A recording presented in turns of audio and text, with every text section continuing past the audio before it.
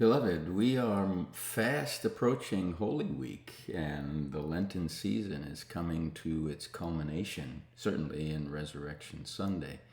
One of the passages that is probably one of my favorite passages in Isaiah is Isaiah 43:16 to 21, because it's layered with such metaphorical richness. There are hidden insights into the ways of God and how God acts, how God reveals, and how God calls us forward.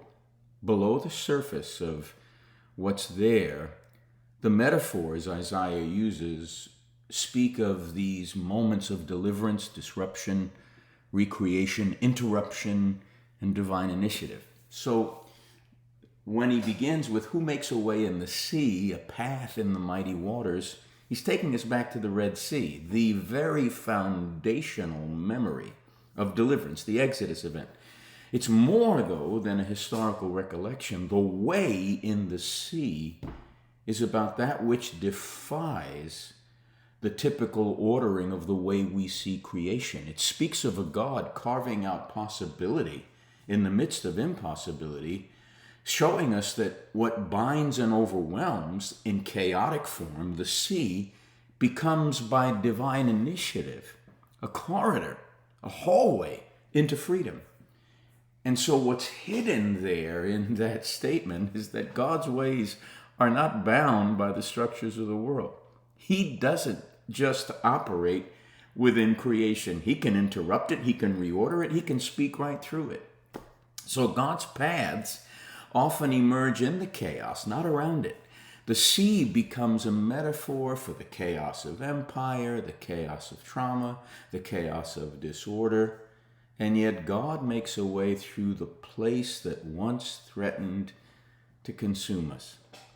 And then Isaiah goes on to say they lie down, they cannot rise, they're quenched like a quick. That's Egypt's army. That's Pharaoh and his army in the Exodus story. And it's telling us that God's finality over oppressive systems is unchallengeable. He not only delivers, he dismantles. God doesn't just rescue us, he silences our oppressors.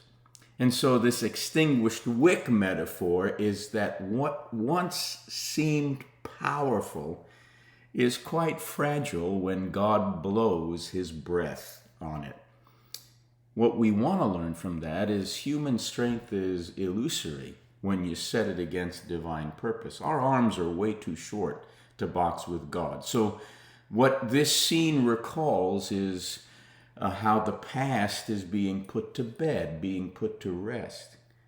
While the text is saying, but there's something for you lying ahead. So don't remember the former things, because God's about to do a new thing. So there's a startling shift, a paradigm shift. God is telling us not to get stuck even in the memory of divine miracles. He did it before, he'll do it again, but he may not do it the same way. This isn't an instruction to forget history. It's an invitation for us to release nostalgia, listen carefully, as a form of control. Sometimes you and I cling to the past, even sacred pasts, as a defense against the unpredictability of what's next, because we avoid mystery at all costs. We love control. We've talked about that before. God's future may not resemble his past and the way he worked yesterday in your life. The new thing may come in an unfamiliar form. Now, ultimately, this speaks of all things being made new in Christ in the new creation. But perception, not precedent, becomes the criteria for our participation. Let me say that again. Perception, not precedent, is the criteria for our participation, and we participate by faith, because God then promises, I will make a way in the wilderness and rivers in the desert. So we go from a pathway through the sea to a way in the wilderness and rivers in the desert, which are equally impossible. So this reverses the Exodus image. God first made a way in the sea, this chaotic abundance. Now he promises a way in the wilderness, this lifeless barrenness. Both extremes are addressed by the prophetic word of Yahweh. God makes a way where there is no way, whether in the sea, the chaos of the sea, or the desolation of the desert. He speaks into both with the overwhelming reality that whatever challenges him is quite underwhelming. And so the wilderness and the desert aren't signs of abandonment. They're canvases for new creation. These are canvases that are blank canvases ready for the possibility of the divine artisan to do his most gracious work. And so God isn't simply restoring, he's recreating. And then he goes on to say that the wild animals will honor me, the jackals and the ostriches.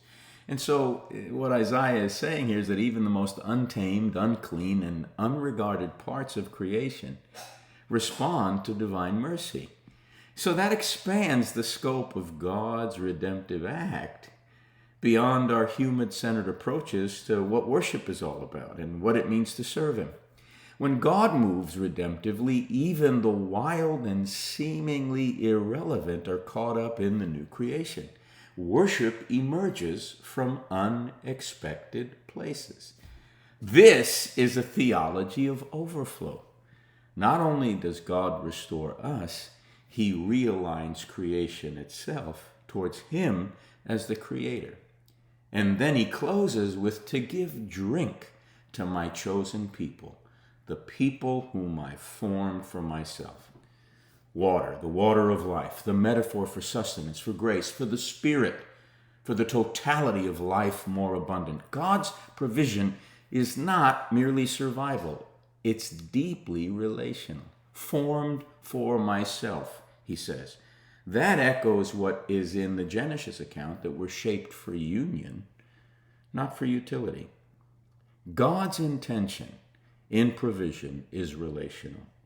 The drink he gives us nourishes not just our bodies, but our identities as his people, chosen, beloved, formed to bear his image and his likeness.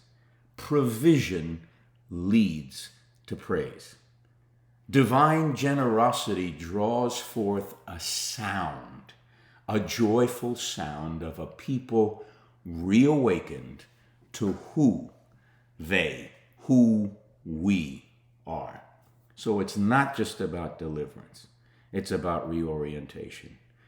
The divine interruption of the sea and the desert and our cultural memory in the Exodus event and our expectation from former things to initiate that which moves us toward new creation is God drawing us out of bondage and nostalgia into a reformed identity. His ways interrupt, disrupt, redefine, and renew. So the question ends with, do you not perceive it? Are you not aware of it?